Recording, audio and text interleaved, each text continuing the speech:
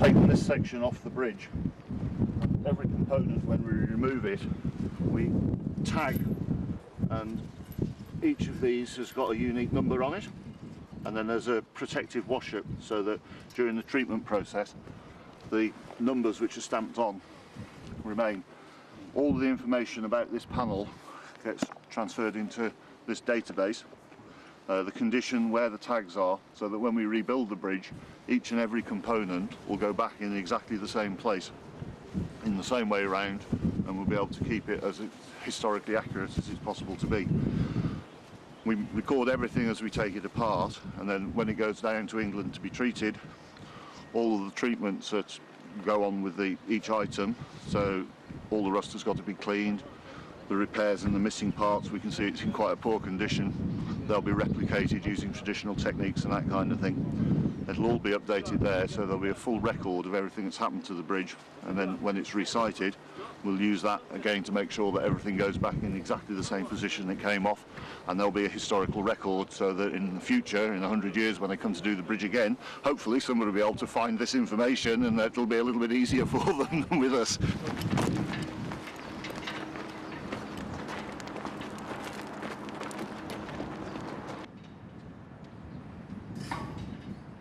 Way with these things, you can never say for sure, but I think a lot of this is original, and certainly the bolted fixings which are holding all these railings together, they're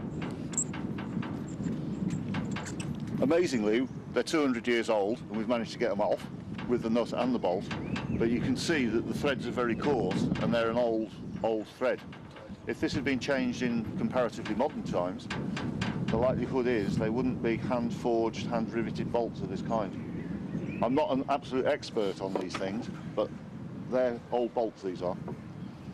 Whether they're original to the bridge of 200 years ago, I can't say for sure, but I think maybe they are. So, because these railings are high at both sides, and the curve goes down and it's lower at the other end, I wonder if that's how it was originally. Because this ground probably was always higher, I don't know.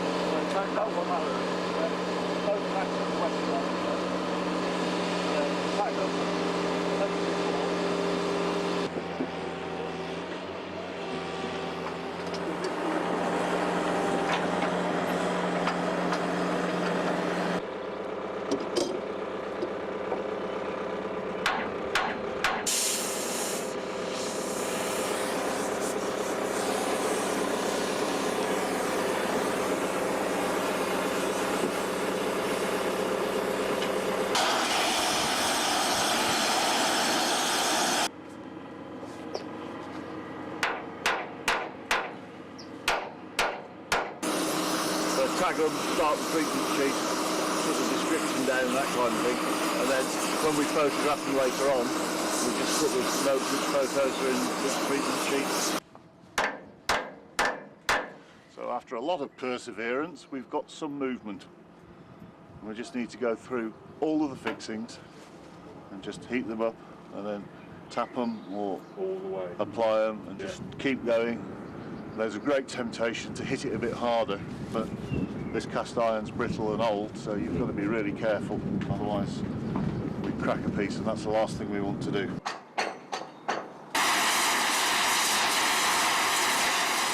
you want to go the other end? Okay. This last bolt's loose. Right. And I think if I take that bolt out, and then with a little bit of wobbling and a little bit of levering, we should be able to get it free. Hopefully it'll just come out, leave it hanging there, and then I'll go up and we'll crane it out of the way while we're steadying it. So fingers crossed, it's about time because my back's aching after all this, I tell you. Touch the bolt. Famous last words. Is there a small drift there? Okay, yeah. Catch that. Yep. Whee! Okay, I'll see if we can get this moving if you're happy to steady that in. Yeah. It's moving. Ready? Yeah. It's going to come.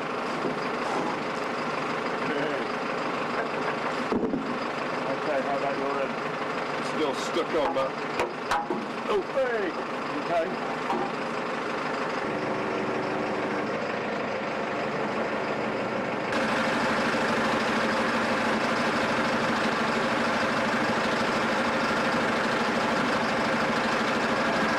Hopefully this one will come apart slightly easier than that section over there, which took us nearly a day to get apart, and that's because you can probably just see these fractures.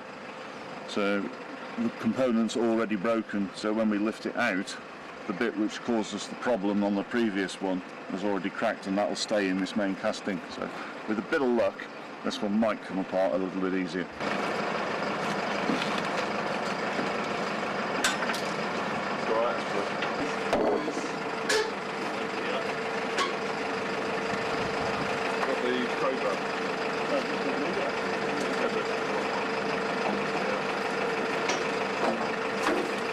If only they would call that easy.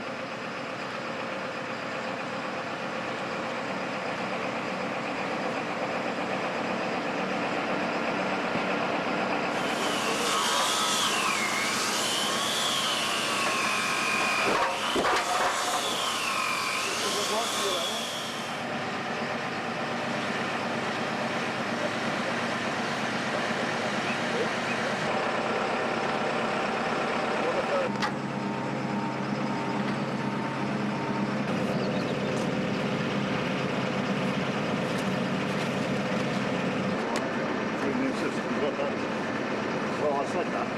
We haven't got any.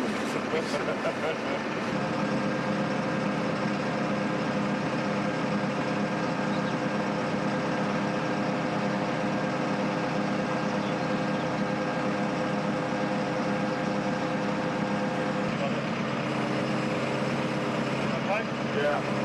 Chop it up, can't we?